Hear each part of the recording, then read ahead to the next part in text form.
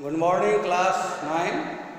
Today we are going to read the first chapter of physics, and the first chapter is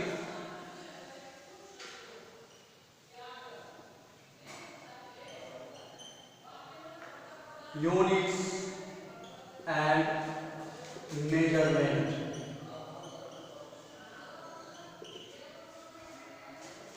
Okay, we have already studied about the unit and measurement in class 7, 8, and today we are going to revise some of the definitions of unit, physical quantities, measurement, characteristics of units, systems of units. Okay, we have already studied about the physical quantity. Okay, what is physical quantity? What do you mean by physical quantity? We have studied in class 8 that physical quantity is that quantity which can be measured either directly or indirectly. That's why what we can write, the quantity which can be measured directly or indirectly is called a physical quantity. Physical quantity. Okay? We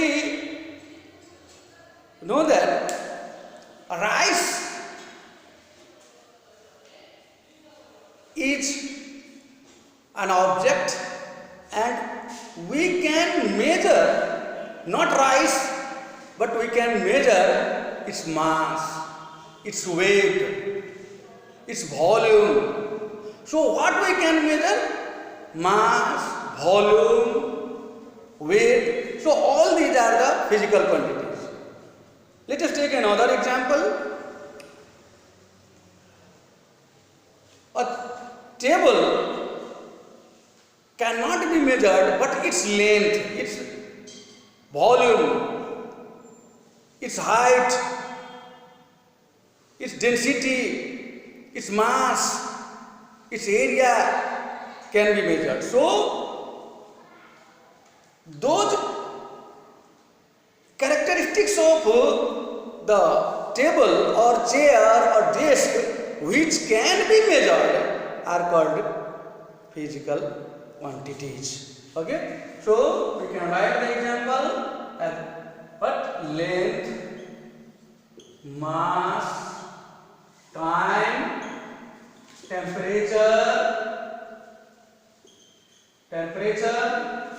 area, volume, density,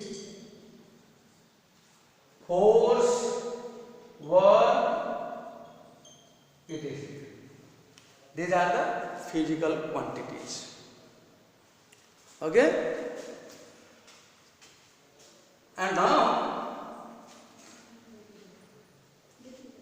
for measuring the physical quantity, we need unit. Without unit, we cannot measure a physical quantity. Suppose we are going to a shop and we ask for the rice. Then you ask for rice, not some rice, but you ask the shopkeeper to give you 1 kg, 2 kg, 3 kg of rice. Okay? You can't say that you give me 2 rice, 4 rice, 5 rice.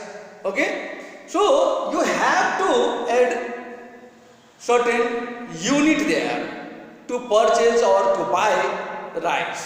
Okay, so that standard with which we are going to measure the mass of rice is called unit. Okay, so what is unit?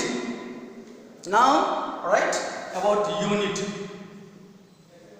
A unit is a physical, is a standard, is a reference standard, you can say, a reference standard with which we carry out the measurement of a physical quantity.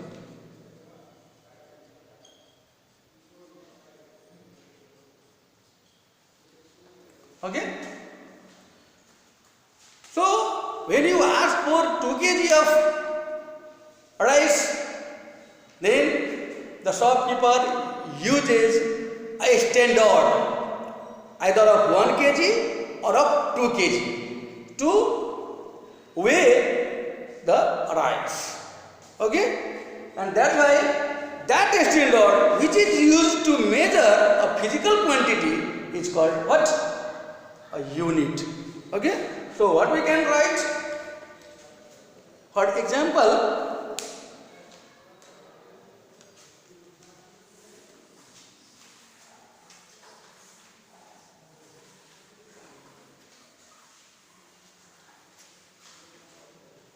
okay,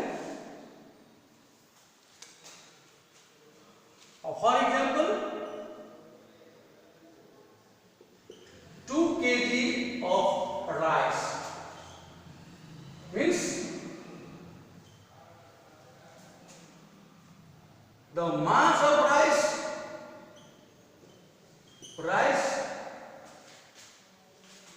the means the mass of rice 2 times of 1 kg. That is, hence 1 kg is the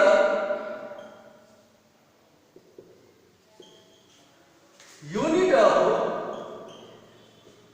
measuring mass. Okay, and similarly you measure length in meter, centimeter, kilometer. You measure temperature in Kelvin, Celsius. You measure area in meter square, in centimeter square. You measure time in hour, minute, second. So all these are the units of the physical quantity. Okay, and now we write about the characteristics of a unit. Okay, characteristics of a well-defined unit. First of all, we must know that unit cannot be kept by ourselves. Okay, there is an international Bureau of Weights and Measurement in France, which has authority to provide a well-defined unit, and the unit provided by that Bureau of Weights and Measurement is agreed or accepted by all over the world. Okay, over the world. Now we write the characteristics of a well-defined unit. What should be the characteristics? Characteristics of a well-defined unit. A unit should be well defined and universally agreed.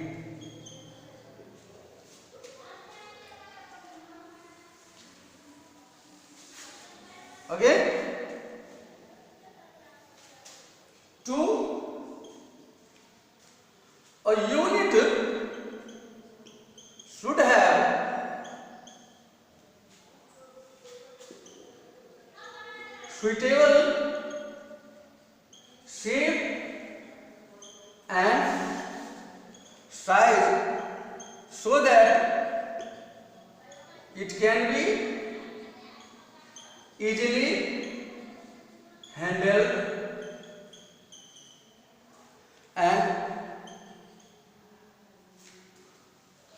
and should be portable.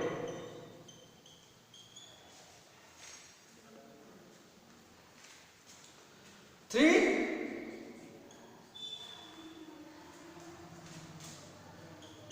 a unit should not be variable with respect to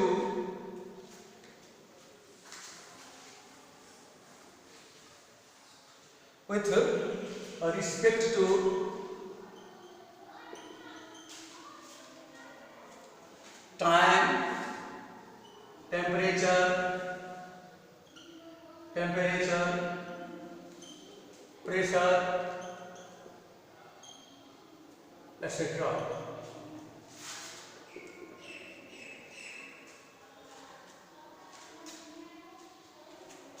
A unit should be easily reproducible.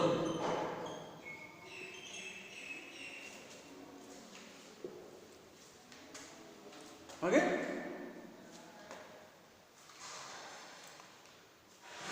Unit should be universally agreed. That should be accepted by all over world. Unit should have suitable shape and size so that we can easily handle the unit and we can measure a physical quantity easily. That should be of suitable size so that we can bring it easily from one place to another place. We can carry it easily from one place to another place. Unit should not be variable with respect to time, temperature, pressure. No, that should not depend upon time, temperature, pressure. Whether that when the temperature is increased, the unit will be also increased. We should not have such type of unit. Okay, a unit should be easily reproducible. We can reproduce it easily. Okay, whenever we need, we can make another same unit. Okay, for example, if we have 1 kg of standard, but we are going to weigh 3 kg of rice at a time, then we can make another 2 units of the same 1 kg to measure 3 kg of rice at a time. Okay. And now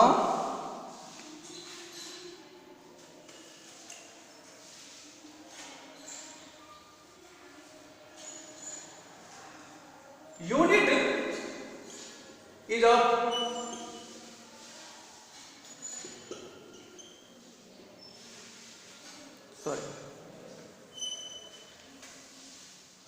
there are 2 types of physical quantities. Okay, physical quantity is of 2 types: fundamental physical quantity,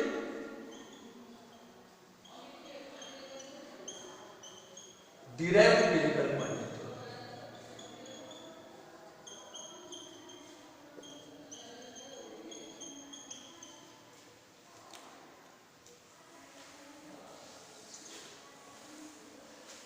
Fundamental means basic. That is also called basic. Basic physical quantity.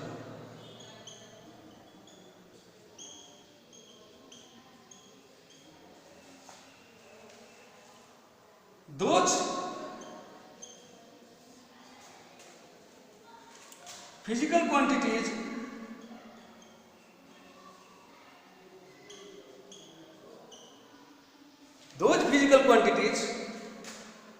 which do not depend upon any other physical quantity are called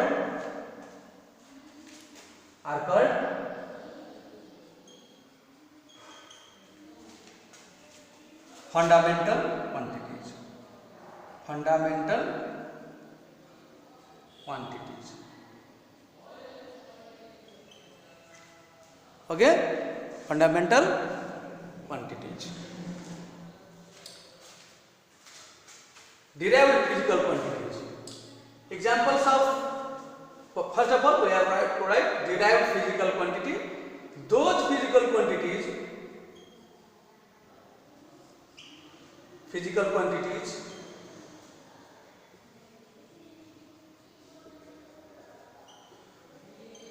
which are derived from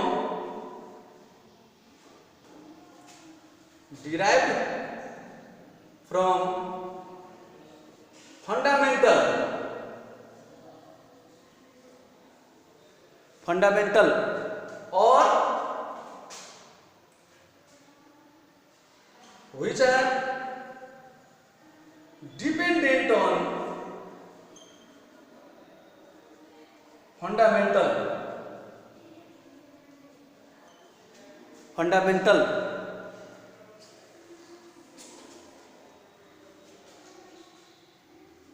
on fundamental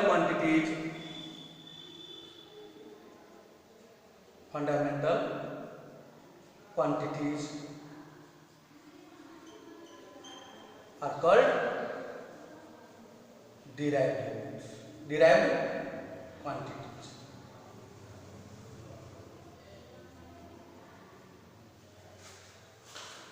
Derived quantities. Okay? And now write the examples of fundamental quantities.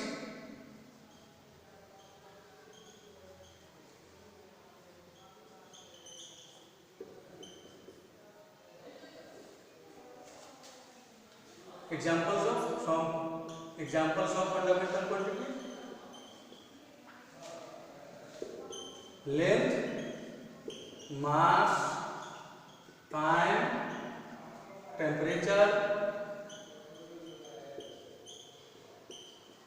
electric current. Length, mass, time, temperature, electric current, luminous intensity and amount of substance.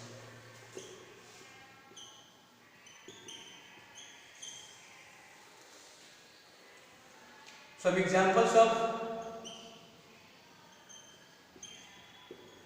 derived quantity.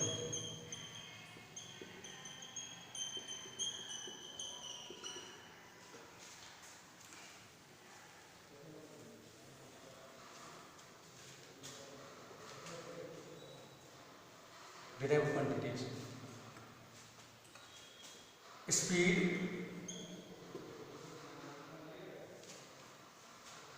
acceleration, force, work,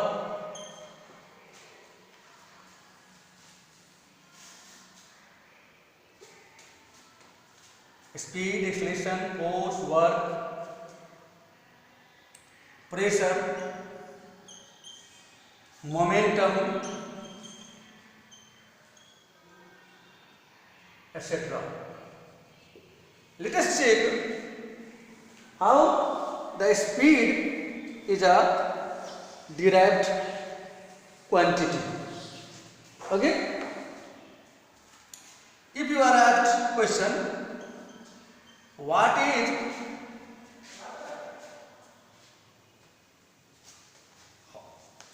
prove that speed is a derived quantity. Okay? Speed is a derived quantity. How will you derive it? How will you prove it? Okay. Speed is equal to distance upon time. Distance traveled per unit time. We have defined speed in class 8, that speed is distance traveled per unit time. Okay? And we know that distance is nothing but length. Okay? And that's why what we can say, distance is length. So we can say that since speed depends on length on fundamental quantities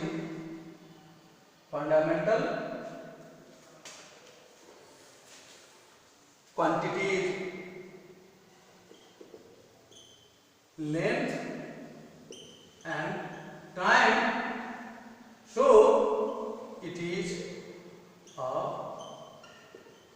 derived quantity. Okay? It is a derived quantity.